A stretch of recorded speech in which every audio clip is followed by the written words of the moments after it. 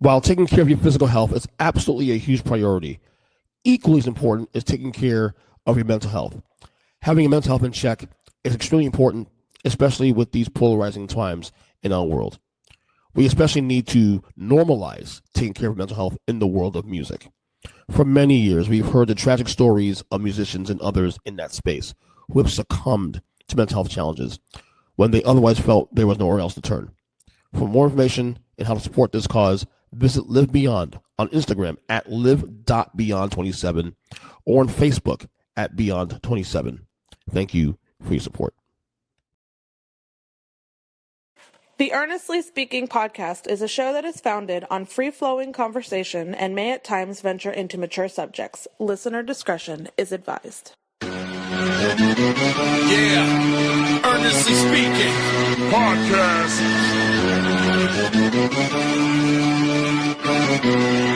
Let's get it. I'm a giant in New York, in Miami carry heat. So much more in store, my product can flood the street. Opinion Nation Godfather, CEO. Puff in the late 90s, gon' see me blow. Oh. Got my hustle on, no imitation of that. Army of untouchables, Opinion Nation staff. Never an off season, homie, check the numbers. Heart throb in my own right, supplying southern comfort. Earnestly speaking, my ego is well fed. Earnestly speaking, you're too feeble and no threat. See, I'm like a hurricane, you're a mild breeze. Earnestly speaking, leaving Eli a dynasty. Shake!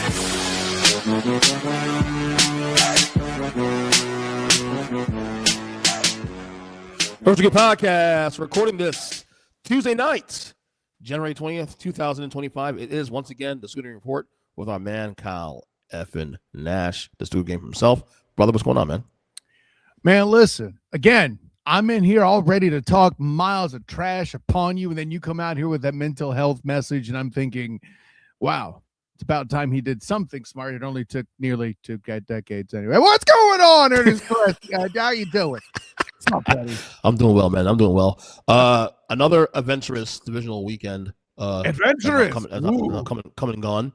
I don't think it's as good as the Super Bowl Walker weekend, but there was some good games in there, and we'll get to that in a second. No, it wasn't close competition-wise. Right. We'll get into it. We got final letter grades for the losers for this weekend. Predictions for championship weekend coming up. Some updates on the coaching hires right now. We have a lot of updates coming in. Actually, got an update that came in a couple minutes ago. We'll touch on in a second. And then your reaction to the Indiana Hoosiers win the Natty. They win the Natty, bro. Unbelievable. We'll get to the first. Let's get to the Divisional Weekend takeaways. First game. Broncos beat the Bills in overtime by 3. Kyle Nash, your biggest takeaway. This is why you suck at being a host. There's no way you actually lead with this game. Are you shitting me right now? I'm going in order of the game. No, I hear your excuse. I'm telling you why you suck. Oh, here's the platter. Let me just eat off it. No. God, come out the gate with the Josh Allen commentary. And see, here's the problem. Already everybody's getting it wrong because, of course, when Josh Allen lost any of these playoff games, the move would be to take giant jumps upon Josh Allen. Now, here's the thing. I'm going to get something out of the way. With the performance he had, the fumbles and all of that, I'm not even making this about the call, though I am in the camp that believes it was an interception. To criticize Josh Allen this much is to take some credit away from the Broncos, and that I take issue with. It's a whole problem, right? Mm-hmm. Sean Payton, coach of the Broncos, won a Super Bowl in New Orleans, right? Mm-hmm. What's the one thing he had in New Orleans that year that they won the Super Bowl that he hasn't had arguably since? A defense. A prolific defense. Do you remember what I used to call that Saints squad? Ernest Christian? Wasn't the score, the bride that scored on from the score? Yeah. They know how to score. They can't stop anyone from doing it. By the way, I dropped that on Travis D. Holmes one time on the Duval dive, and the face he made was absolutely hilarious. I figured it was, yeah. Duval dive YouTube channel. Yes. So yeah, I don't think it's fair. And granted, I feel ways about Bo Nix, not so much that he's overrated as much as he is getting a little too much shine, perhaps. But then again, I think it's because his job is to manage football games, which I don't know if you notice this, EJ Christian. Josh Allen did not play that game to manage that motherfucker. That is not what happened right there, okay? I had the whole conversation on the Duval Dive after the game where the Jags were eliminated about how well Josh Allen, as did Travis D. Holmes, giving his credit, of course, managed this game in a way that proved beyond a reasonable doubt that game management should not be, or game manager rather, should not be a slur upon a quarterback. I could argue this is the example of how being a hero or trying to be too much should be, right? You remember the old video I had on a Hilarity by Default, right? About generals, gunslingers, and game managers. Gunslinging can get you in trouble. And this is what we saw in that game against the Broncos. It's funny how Josh Allen still had an opportunity, perhaps, to pull that game off. And it didn't have anything to do with his defense. More on defenses bailing people out later. But, yeah, I know Josh Allen's getting a lot of flack. One thing I want to crush right here. Sean McDermott did not get fired entirely due to this game. For all the conversations we have, well, Josh Allen didn't do this, and he did this badly in overtime, and this time, Josh Allen. All we know for another fact is, by the same token, Josh Allen has also single-handedly won games for this franchise. At no point has anybody walked away saying, hey, you know what? Who made the difference in that some bitch? Sean McDermott. Not a thing that's ever happened, right? We hear about McVay and John Matthew Stafford. We hear about, at times, Harbaugh making a call. Nobody wants to talk about this. But during times, we talked about Harbaugh made a call where Lamar Demetrius Jackson may not have played his best game, right? There's plenty of, unfortunately, where John Harbaugh is getting the blame too as well, and rightfully so, right? There are times when Brock Purdy does something and it's Kyle Shanahan. I can continue to go down the list, right? But the punchline being, there was never a moment where you felt like Sean McDermott was the difference here. And now these idiots are talking about bringing Brian Daboll back. Good God. Anyway. Hear me out. I'm not saying it's the right move. I'm just saying that there's familiarity there. Just like he was never the coach of the year deservedly. No, stop it. Stop that bullshit again. He won coach of the year, buddy. It doesn't mean he deserved the motherfucker. Stop it. Just like you and I both know, Christian McCaffrey is the actual MVP of the league, but he's not going to win that sumbitch. It's not going to happen. Okay? Don't hand me how these people vote. Trevor Lawrence is clearly the comeback player of the year, propelling a team to a goddamn 9-win improvement. Watch who wins it. Here's a hint. Won't be him. By the way, you know, being a gunslinger for Josh Allen, and look, he didn't play a great game, obviously, 4 turnovers and all that. Right. And 10 points were directed off of his of mistakes he made. Correct. However, that game and their situation required him to be a gunslinger because they had no bodies left. He had to play above his pay grade to pull out a win, and he almost did. I don't know. First of all, no, he's not playing above his pay grade. I'm just saying more than what they required. I think when you say hero ball, you more talk about him having to play great. That's not what I'm saying. I mean the choices he made throwing the ball and forcing the ball down the field. Now, if these were the play calls, well, then that's the problem within the front office. But Josh Allen trying to extend the plays and not taking what the defense gave him, like he did with the Jacksonville Jaguars, right? Is the thing. And also, you know, I feel like Sean Payton played a bit more conservative and put Josh Allen in a position to be nervous. Yeah. Rather than to hand him momentum. And I think there's a difference there. But yeah, let's not act like I get, right? We've established, this is so stupid. We've established that having a long winning tenure works against you as a head coach in the NFL. It's the stupidest fucking shit I've ever seen, right? Oh, well, Mike Tomlin's never had a losing season. Now, granted, I know he left on his own accord, but let's not act like there wasn't clamorings for his firing. No question. Dumb as that shit is. John Harbaugh, another example. Granted, I find it an interesting conversation about him in New York. More on that later. And now McDermott 9 years in. I listen. Will he coach again? Probably.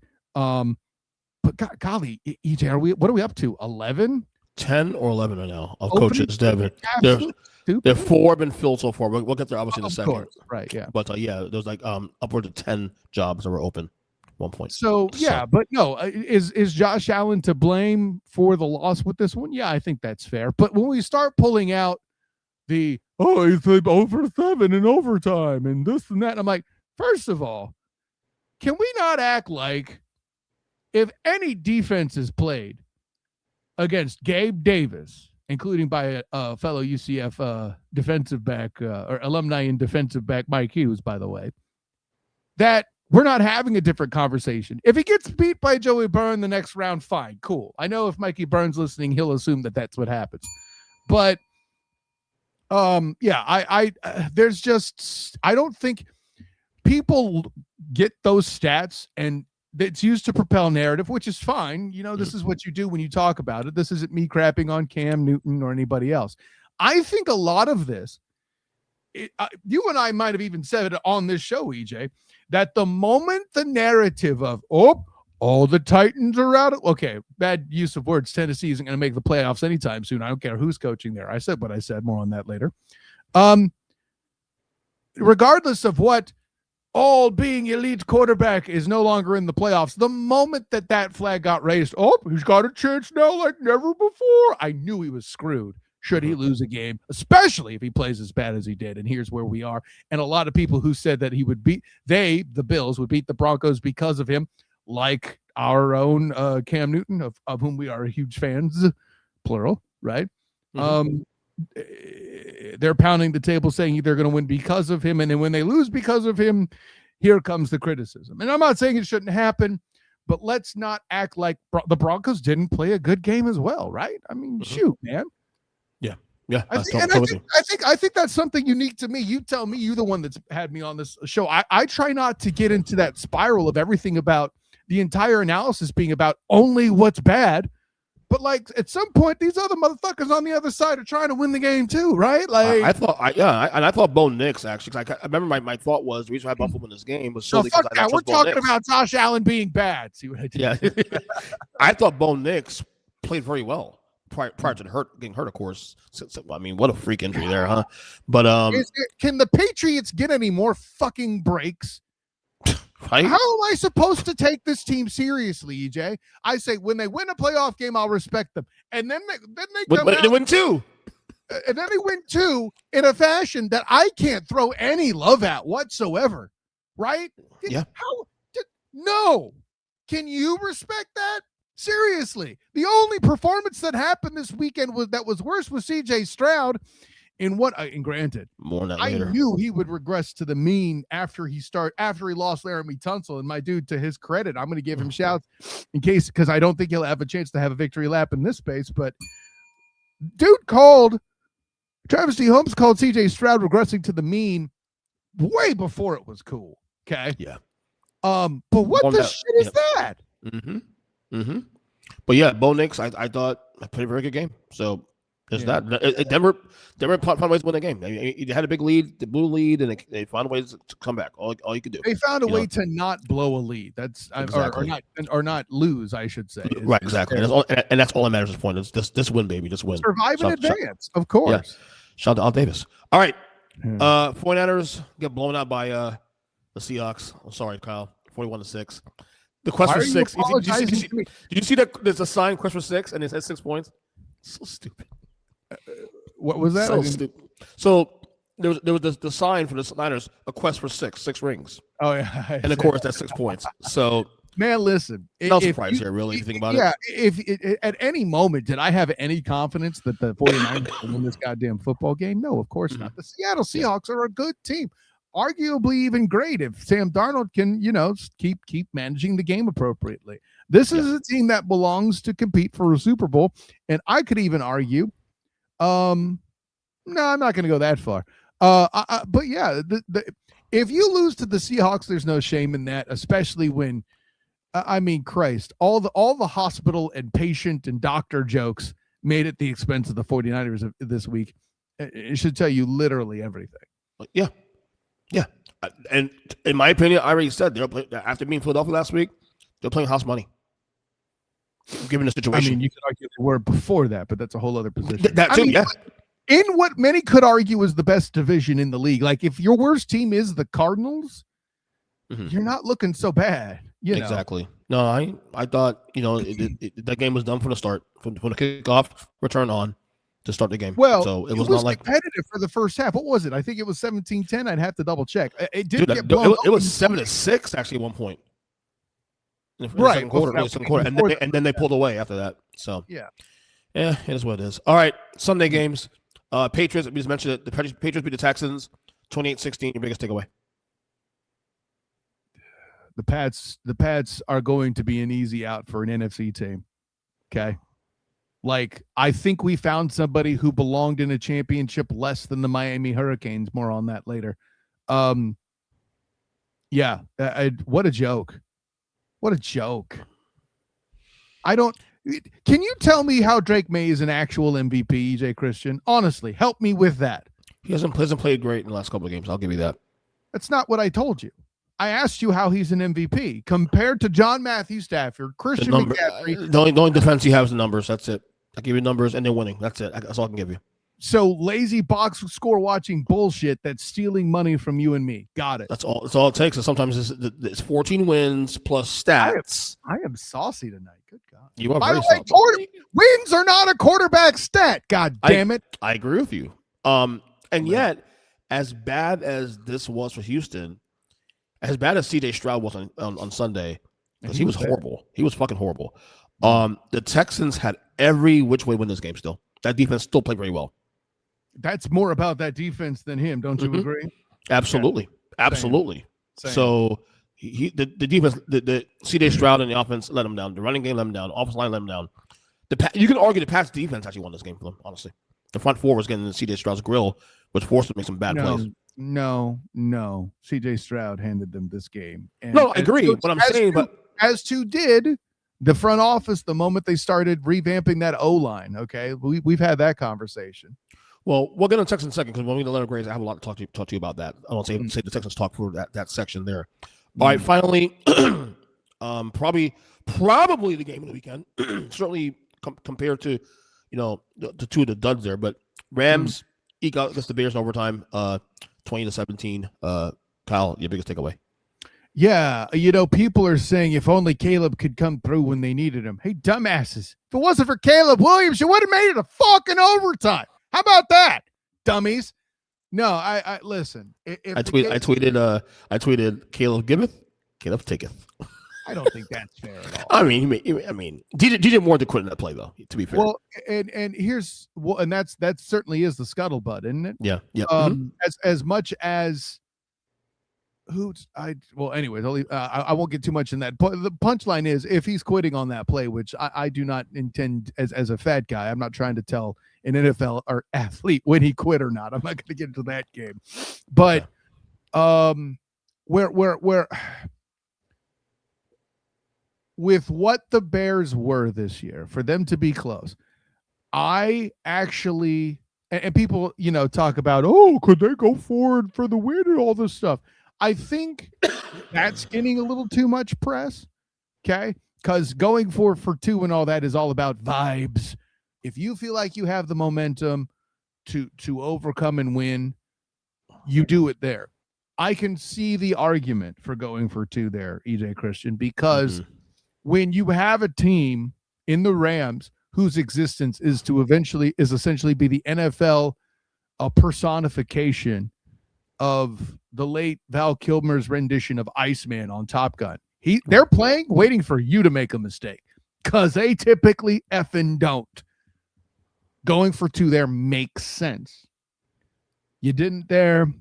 It's also very tricky to put it all down to one play for a rookie head coach for an emerging quarterback. That's a tough ask too. Second playoff game. In the cold. I don't second guess it as, like I do Liam Cohen, where he clearly fucked up taking the points last week, for example, for Jacksonville. but I can see that there is a case to be made. Do I pound the table for it? I'm just acknowledging this particular instance as a narrative that's popping out of this game. Oh, you should have gone for 2 seal the win. I could see it. And I can argue, going back to the last Rams drive before overtime. And I'm gonna say this because it ties into also what happened last night in the college game, with a chance to ice the game as opposed to getting the Bears back the ball. They had third down, and I think it was like maybe 5 whatever it was, and they're trying to burn all the timeouts. And I'm thinking to myself, go for the first down to kill the game. Why even risk getting the ball back to Caleb Williams? Same thing happened last night in the end game with Cignetti on third down. Rather than they should have went for the first down and a chance to ice the game as opposed to like playing conservative and running the ball. You don't get the first down. Yeah, you burn a timeout, but they have equal so much time on the clock to come back, and Chicago took advantage of that and actually scored. Yeah. Miami took it down close to the 40-yard line and almost scored. So I can argue that if the Rams lose that game, that's on McVay actually, bro. I'm not prepared for that. Okay. But by the same, ebb and flow is such a strange thing. Mm-hmm. This isn't like take the fucking points and I pound the table each and every time when they don't.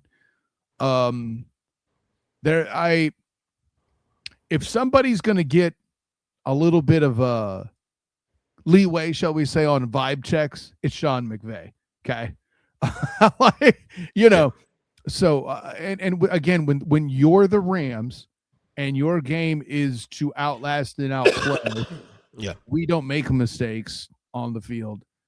I could kind of see the merit to him doing what he's doing. Whereas, it's think of it as what made the Eagles call Philly against the Patriots in that Super Bowl, where a tight end is throwing a fucking touchdown pass to Nick fucking Foles. Yeah. Okay. That's the perfect scenario where one side's known to is going to be the scrappy team. They should be aggressive rather than poop the bed, as you like to put it. Right. Yeah. So, yeah, I think both sides played their roles accordingly. And I don't know that McVay's side of the ball they're not designed to pound you and grind out and get that third down, but they sure are designed to move down the field fast and get the field goal if they're in that position. Right. Sure enough. All right. Let's get to letter grades for all the losers this weekend. Let's start with the Buffalo Bills, who finished the year 12-5. That's as much as it can be, it's a disappointing 12-5, isn't it? Like, if we're going to give the Patriots shit for having quite frankly, what feels like the easiest schedule in existence this season, the Bills have to have that same credit, right? Or lack thereof.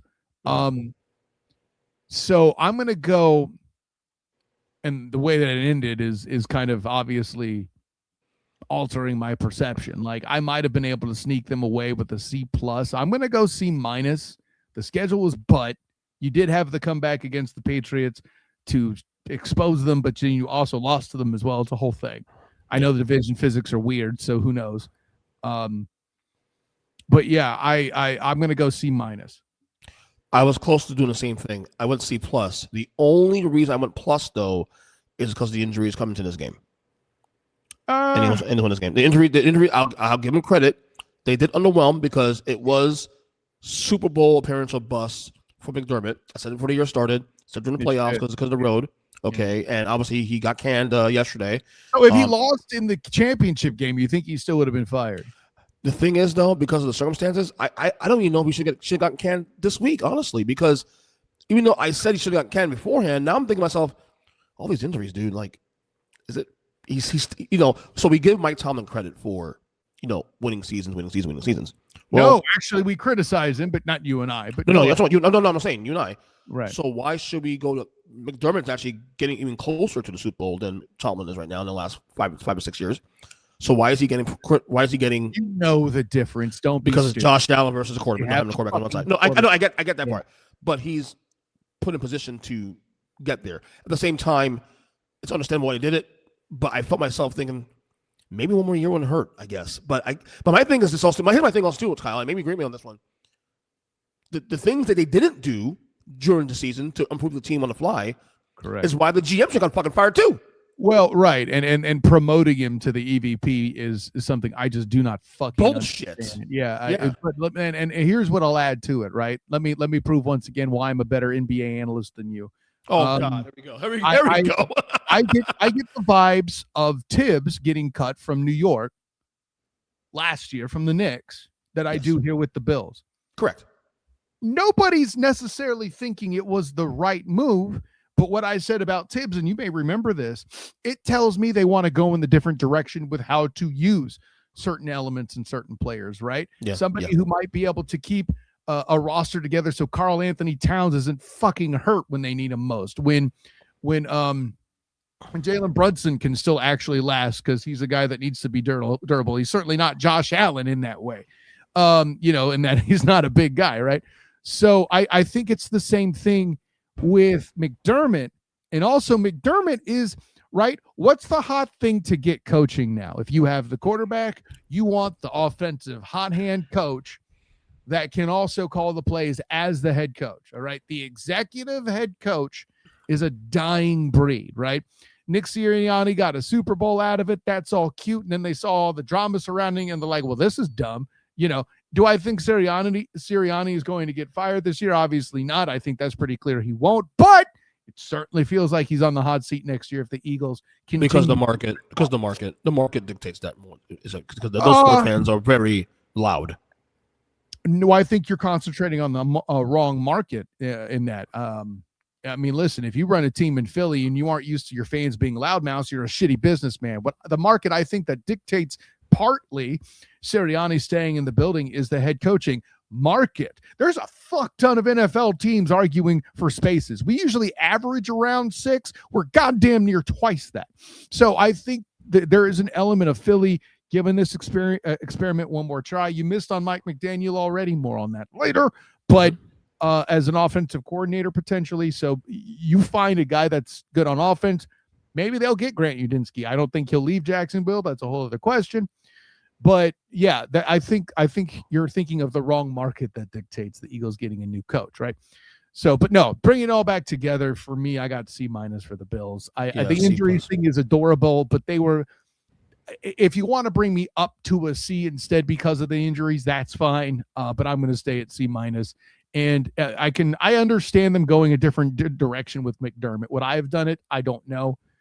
Especially like I said, you are already aware there's 10 fucking other teams out there that have already moved on, or 9 at least, whatever. What's one more, right? What's one more? Yeah, I hear where you're going. But honestly, I feel like Tomlin or Harbaugh is a better fit in there. I know Tomlin's taking the year off allegedly, but I'm gonna play the DiBiase defense. Everybody's got a price. That's if right. I go up to him and name his price and he gives me we do not care, then I'm convinced. Yeah. All right. Next team here, your 49ers, who finished the year also 12-5. The correct answer is actually incomplete, but shit,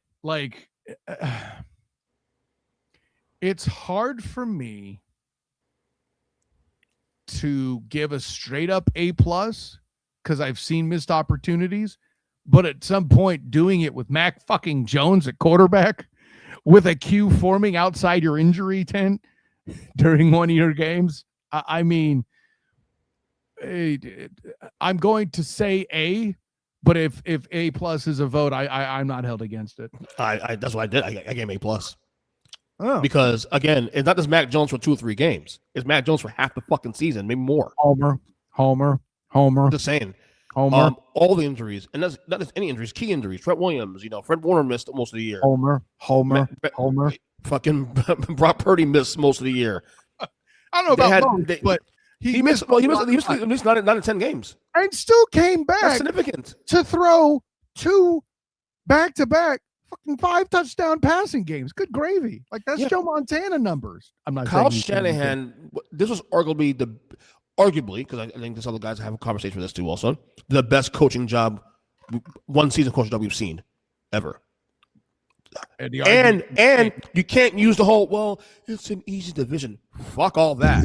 It was the best division of football. How stupid How fucking stupid was it? The Niners have their second easiest schedule. I knew that was bullshit then. I don't give a fuck where your numbers came from. Now we've established that the West in that schedule wasn't so bad after all. See what happened was Jacksonville got better. A lot of other teams that they played got better. The Seahawks were way more dangerous than anybody fucking thought they were. It's crazy. I mean, the two other teams in the West that dominated are literally playing for a triple go to the Super Bowl this weekend. So what are we doing here? What the fuck are we doing here? Exactly. So it's A+ from me. All right, Houston Texans, who went also 12-5. Uh-oh. Very confusing, right? So, EJ Christian, throughout our history, when I'm confused about a team, what do? Incomplete. Nope. Fuck you. I don't sit on a fence. At least not like that. A C. Damn right. It's a C, man. How the shit can you give that performance in back-to-back playoff games from the offense anything less or anything more than a B? Even with that defense. You want to go to C+ because the defense that's great? Sure. You want to talk about easy schedules? Hey, life in the AFC South, unless you're playing against Jacksonville, totally a thing. Uncle Phil was one of the final quarterbacks you played against in Old Man Rivers, okay? The fuck are we doing? So I'm also in B as well. So here's the thing with the Texans. You went B. I did not go B. I said C, remember? Okay, I'm in B. So I question if we start if they can win 12 games. And then when they start 0-3, I'm like, well, this is not going to happen. Obviously, I think that was more about their schedule, though. That the early part of the schedule, it could be some. It could be something, but they start 0-3. I'm like, oh, and to boot, that division's better be given credit for this year. I mean, obviously, you had the Jaguars had a great year. The Colts, had they not had the bullshit injuries happen in a year, they probably get at least 10 wins there. Because they were 8-2 1 point. They could have eaten out 2 more wins between the time Jones got hurt and the year. So that was a very good division this year. It wasn't like the typical AFC South of old. The division did improve, but let's be careful when we start using words like good. Okay. They went from ass to mid. Well, at least 3 of the teams did. They took 2 teams to the playoffs and almost took a third. So let's just put it that way. Well, I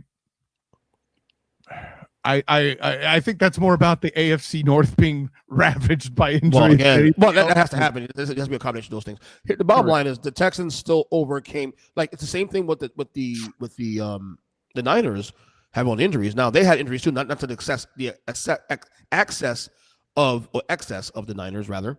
I'm picking words here. Extent to Niners, right? Sorry about that. Words are hard. But they Stroud missed a couple games here. There was some injuries there, but they stayed the course and they won 12 games. If you told me after week 3, this team goes 12-5 in a year, like, get the fuck out of here. No way. And by the way, stacking wins is still an accomplishment. I'm not taking from it, but you mentioned that 0-3. I predicted that, Travis, back before it was cool. To remind you, the opening 3 games for the Houston Texan campaign, the Rams, who will play for a Super Bowl, in my opinion. More on that later. A 1-point loss to the still then relatively healthy Tampa Bay Buccaneers. Okay. And then the Jags. 13-4. Yeah. And then their 4th game, they inevitably would win because it was the Titans. They got to play the Ravens. I think they beat the Bills. Yeah. I think what was the Bills, the game after that? No, it wasn't. You're just throwing them out there to fuck up the rotation. We're talking about the beginning specifically of the season. Okay. My bad. That's what the focus was, because you're all up here, got the hair up your ass about the 0-3. I told you back then, maybe not you personally, but I was vocal then. I think the Texans may still have life. I didn't know that I had 8 straight wins in the cards and competing for the South even still.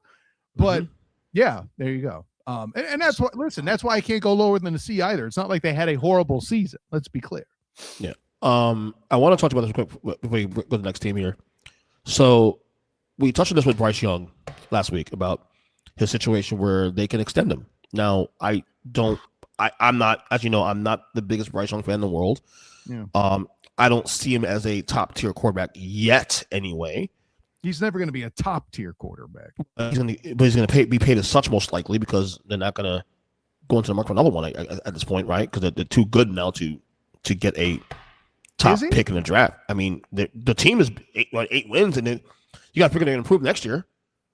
Well, right, but there's still the possibility. I'm not fresh on what the quarterback market could be, but I'm not saying go get Phil Rivers. But Right. So I bring him up because the Texans also have a quarterback question mark. Not saying C.J. Stroud's they're not just good. going to take his fifth-year option. Let's be clear. Right. C.J. Stroud played any leverage he had out the goddamn window. This time last year, I'm talking about, hey, all you who are bitching about Trevor's contract, or you Texan fans that are talking about how stupid the Jacksonville Jaguars are, motherfuckers, get ready for that offseason because he's about to rob you blind, and rightly so. Mm-hmm. The millions this motherfucker cost himself with these last two games, let me tell you. And he'll be the first to tell you, as vocal as he's been about, I think I'm a top 5 quarterback and all that, I don't hold that against him at the time. He was on that trajectory. And then something happened. I don't know what. Right? When dudes like Kurt Warner, who are Hall of Famers doing that job, go, I just can't justify the change.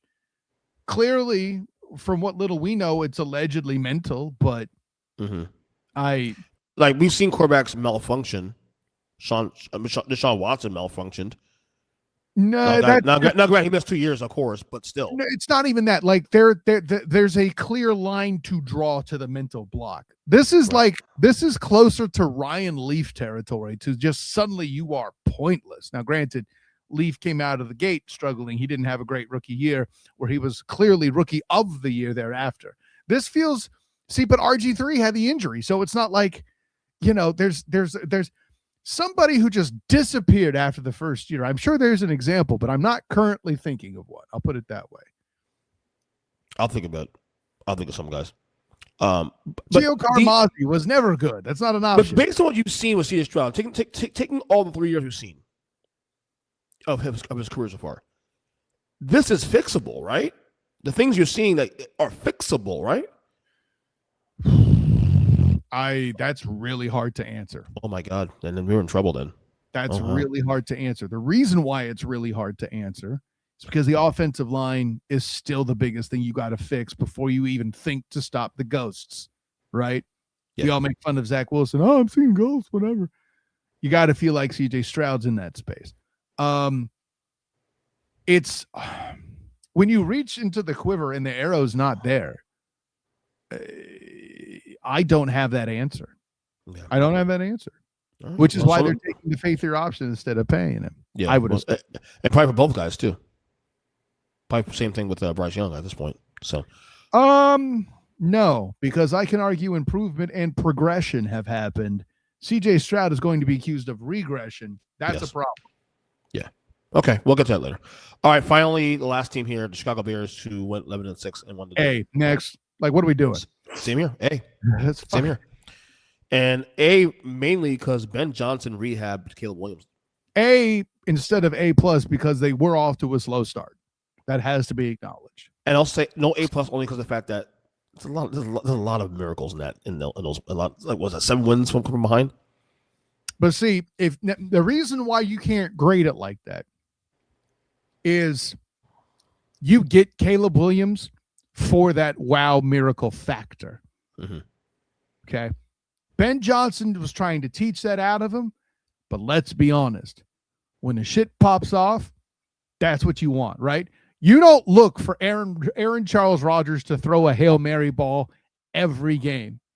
But when he does or has to, you feel just a little bit better about it. I want to ask you a question. I don't remember if I asked you this last week, but I'll ask you anyway, in case I didn't ask last week.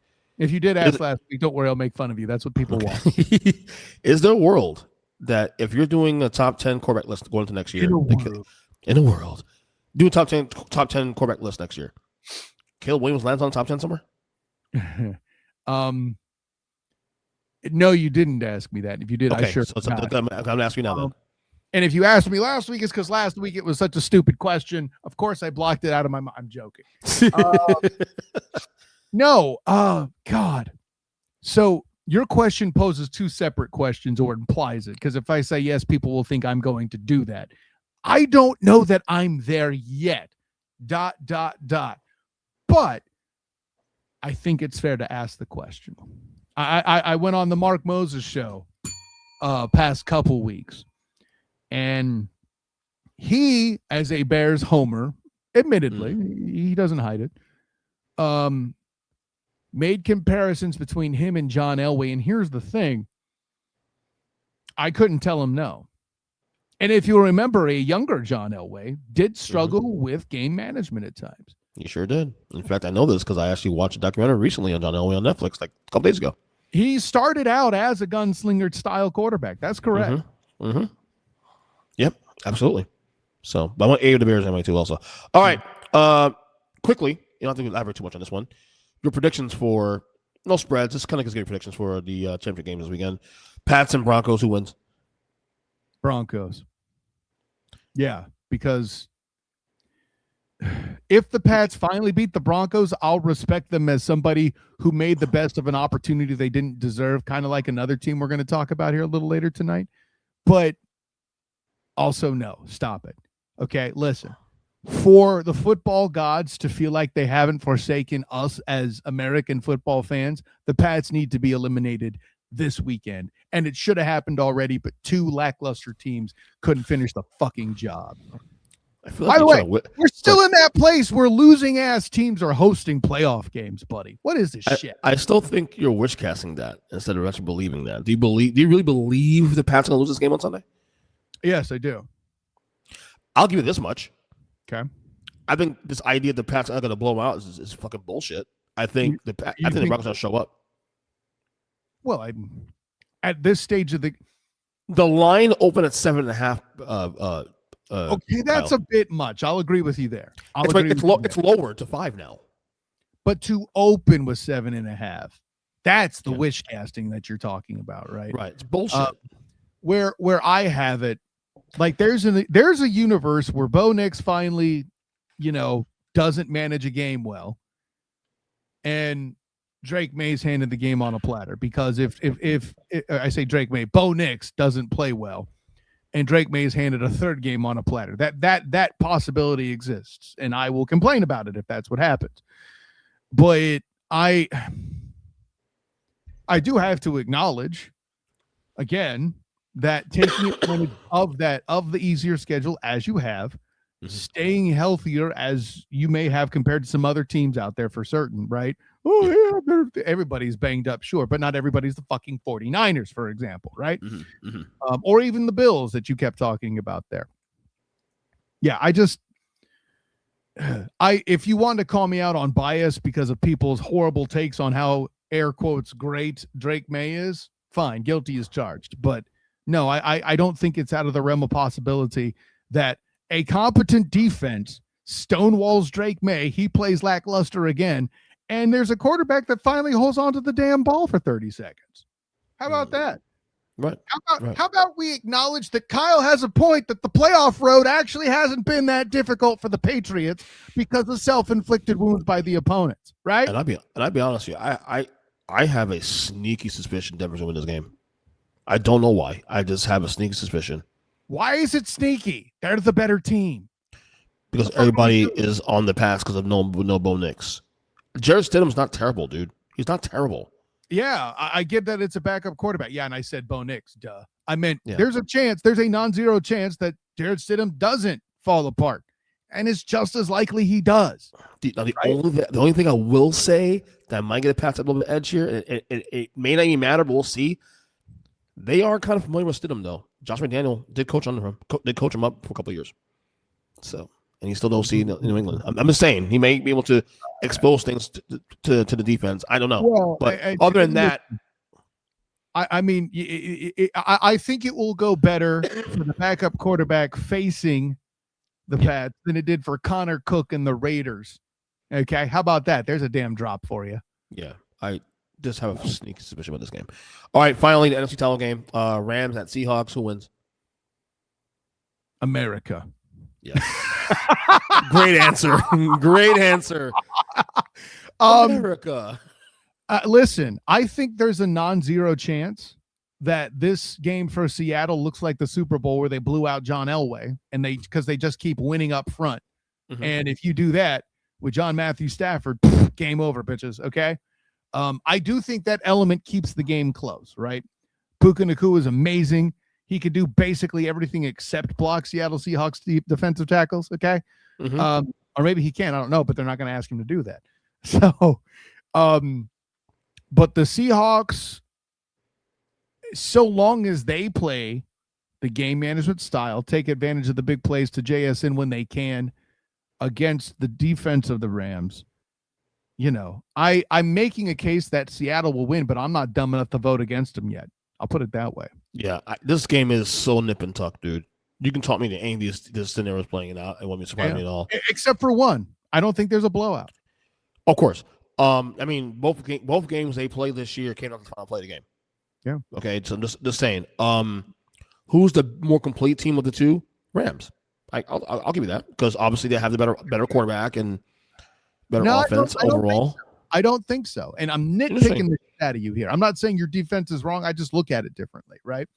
Mm-hmm. Your part of expression, your defense is actually part of it.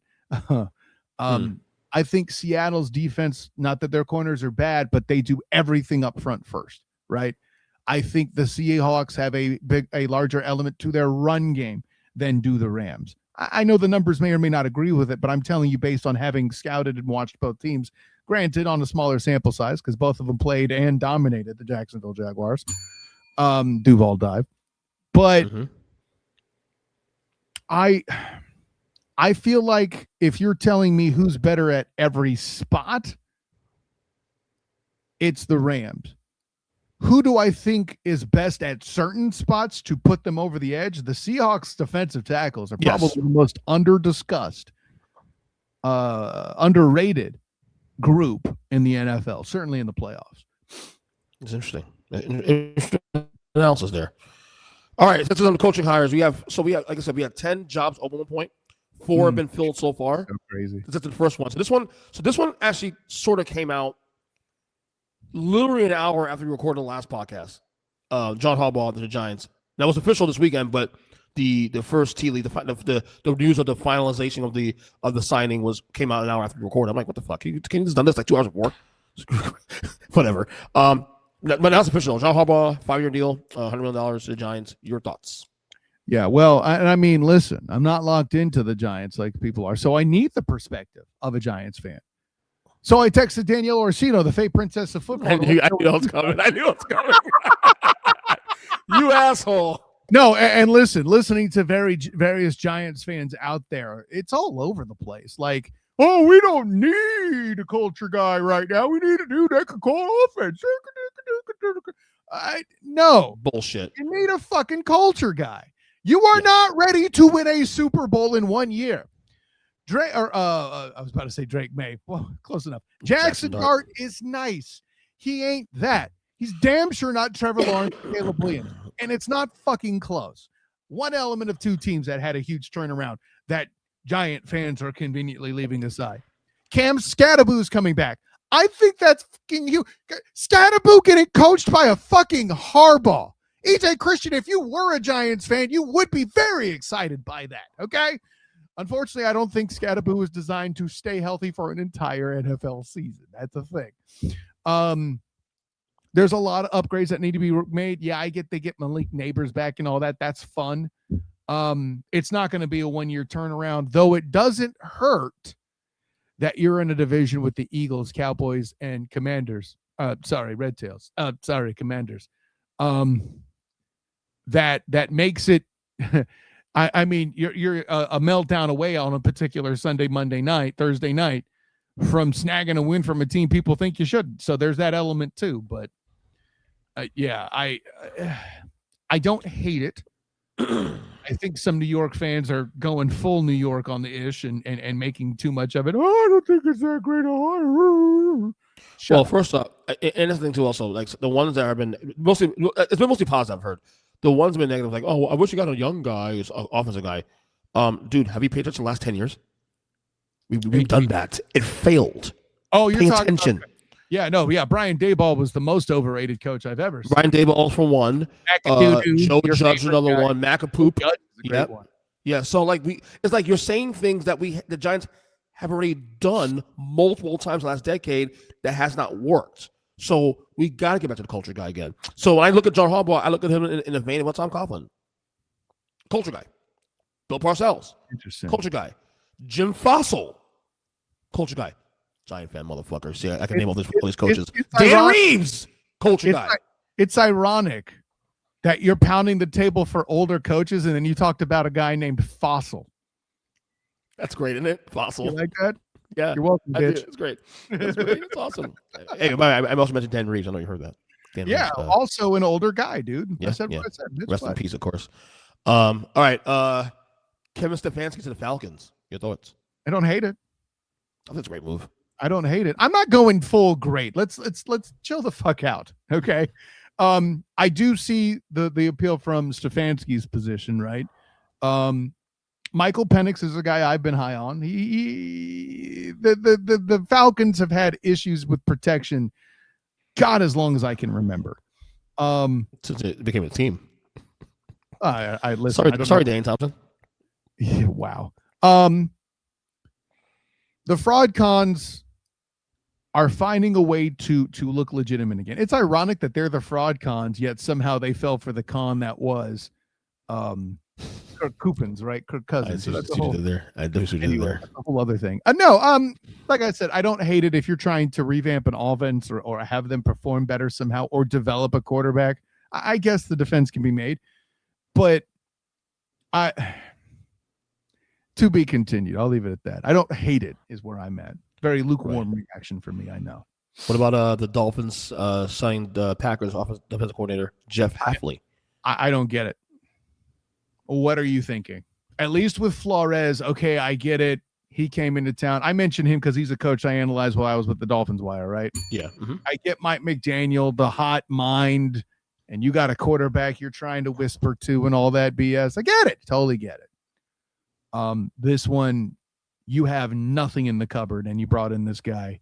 At least if they had gone with Anthony Campanelli, Jaguars defensive coordinator, I can see that there's recent success in a place. He came from a culture. It's fucking crazy that McVay has a grand coaching tree and Liam Cohen's already starting to allegedly build one, right? It's all insane. But I don't understand it. I don't get it. If a Dolphins fan knows what they're thinking, please let me.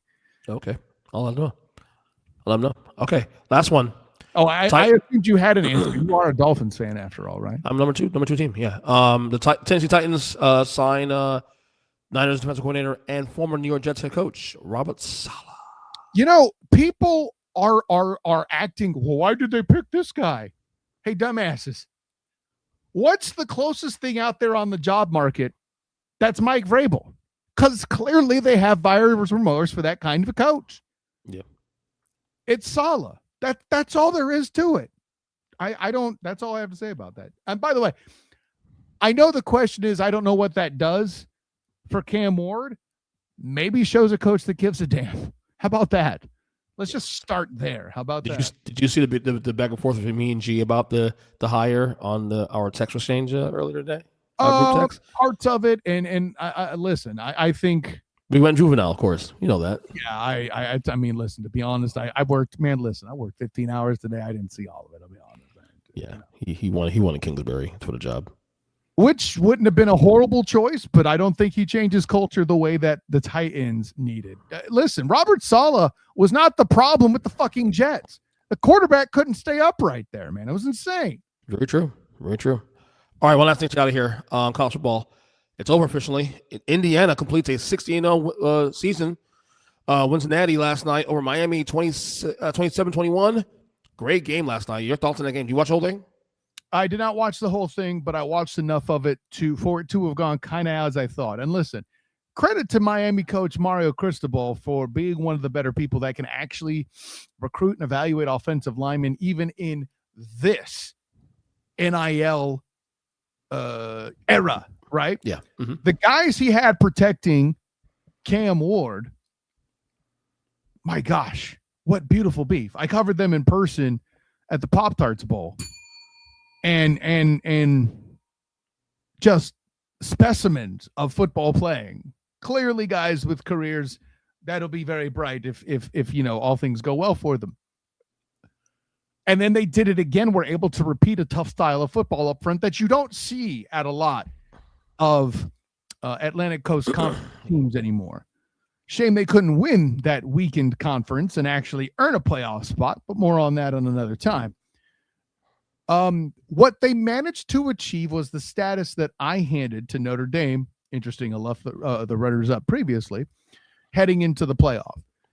And that is, this is the team that people feel like doesn't belong. Okay, I'm the bar. If you feel like you belong, then beat me.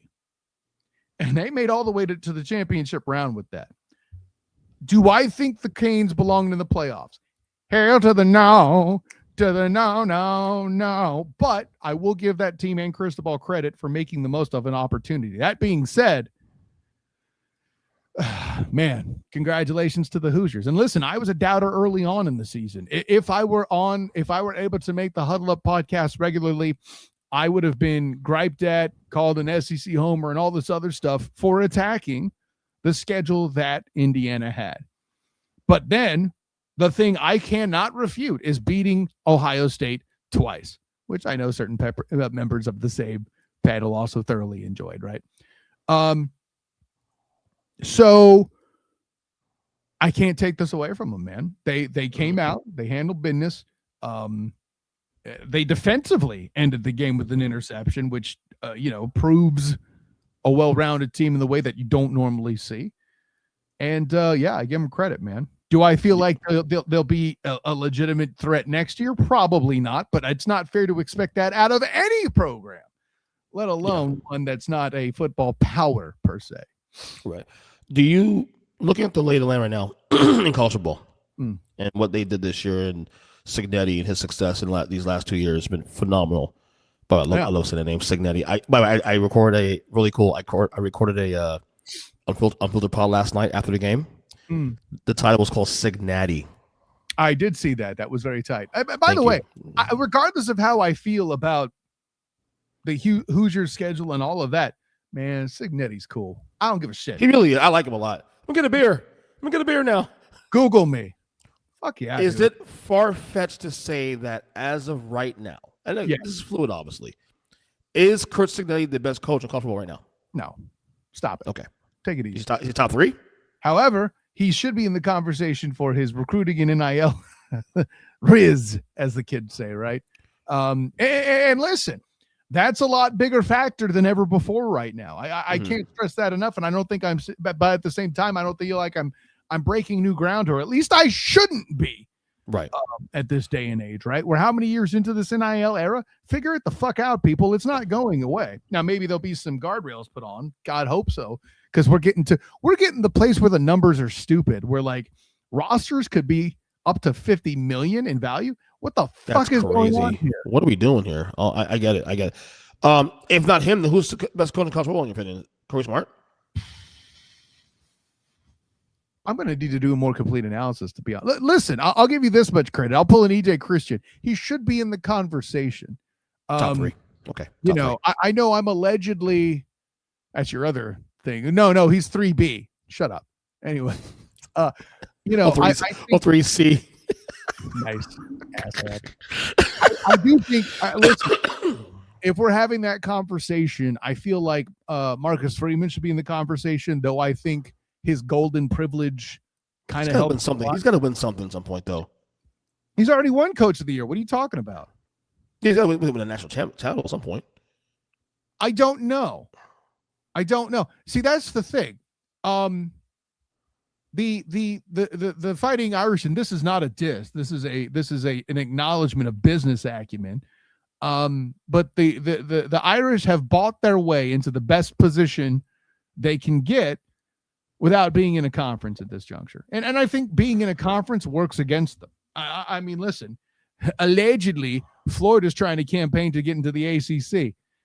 Sounds like a hell of a plan to me, but, and I feel like Notre Dame football wise would be wise to do that. Now, are there other implications in their basketball, things like that are problematic? Maybe, but with the money that Notre Dame football draws in, I don't think they give a shit. Right. So, or at least the balance sheet doesn't. Go ahead. Right. One last thing here also on this.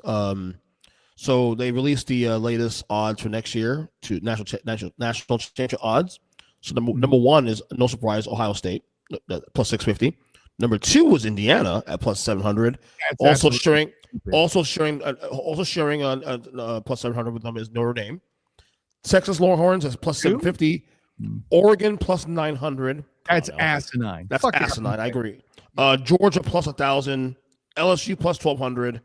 That's high for LSU. Miami's plus 2,000. Some good value there, actually. Yeah, okay. For the value. I'm not saying win it, but it's for the value. For the value of being in the worst conference in college football, yeah, I agree with you. The trek is easy. Also, showing plus 2,000 is Alabama. I think that's right where they should be.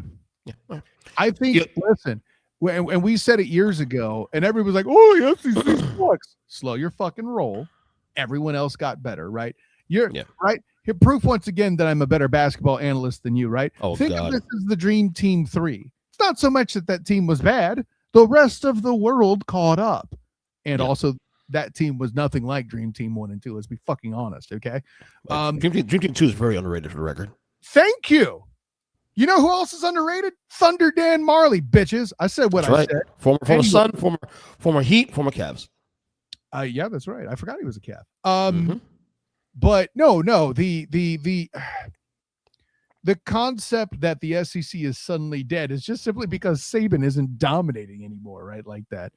And NIL, there's people keep bitching about NIL, and I agree.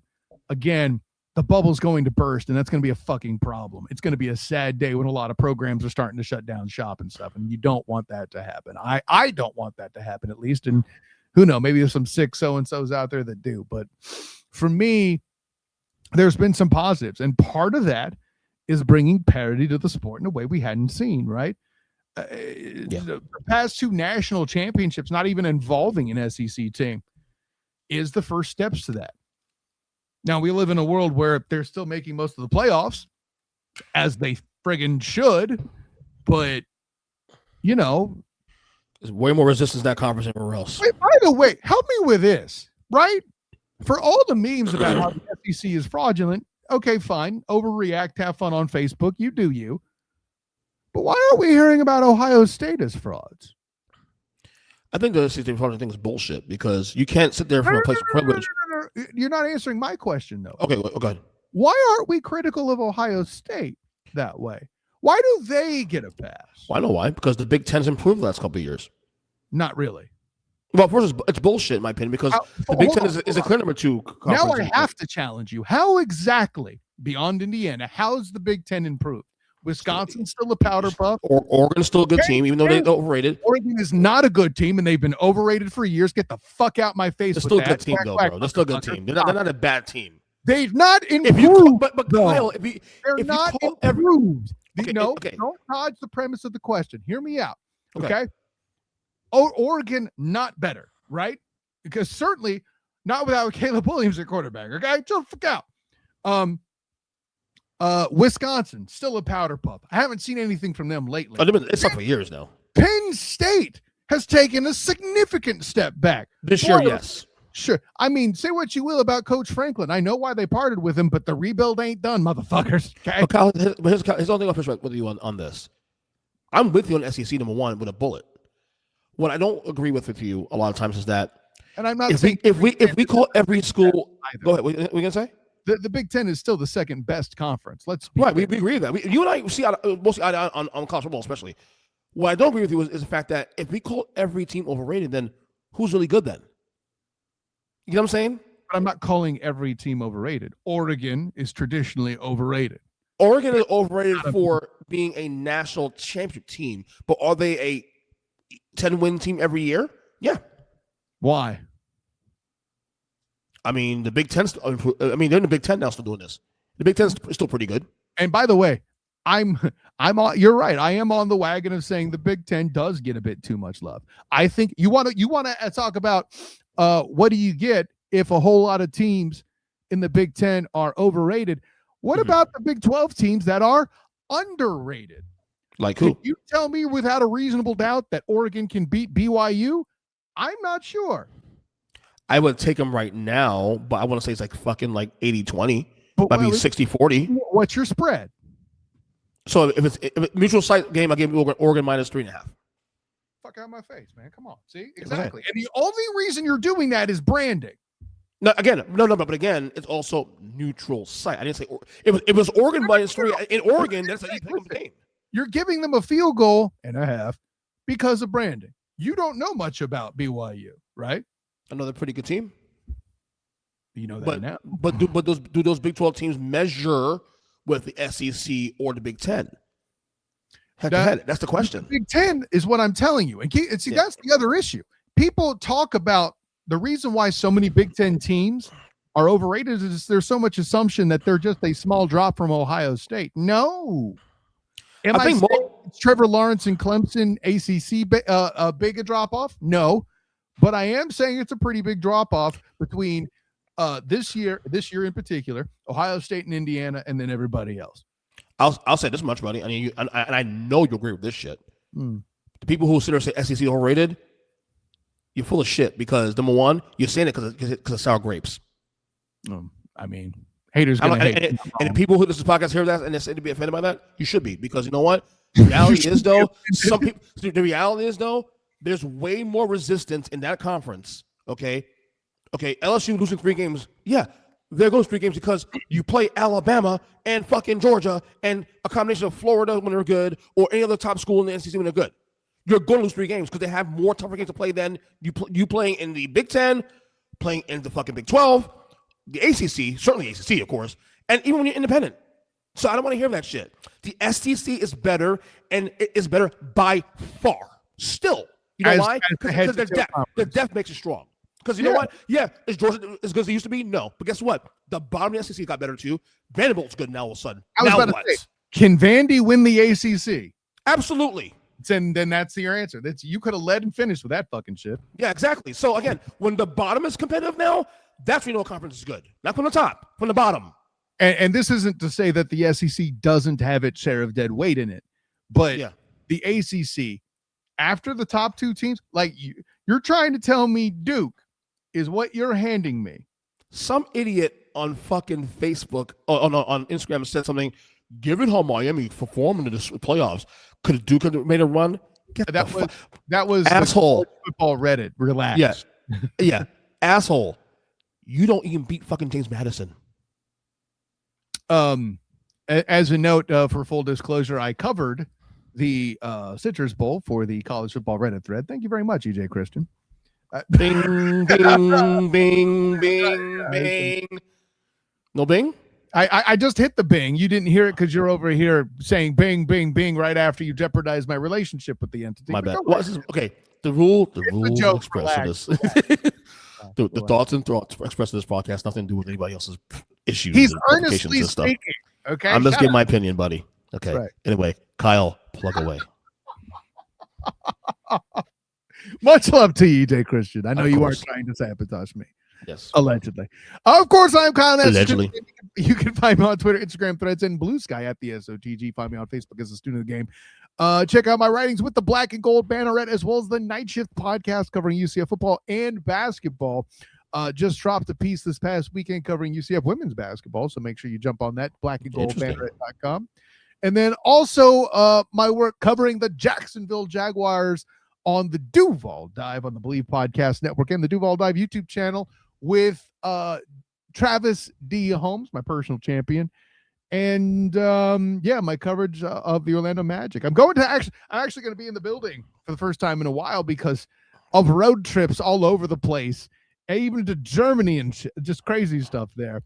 By the way, underwhelming. That fucking Magic team's underwhelming.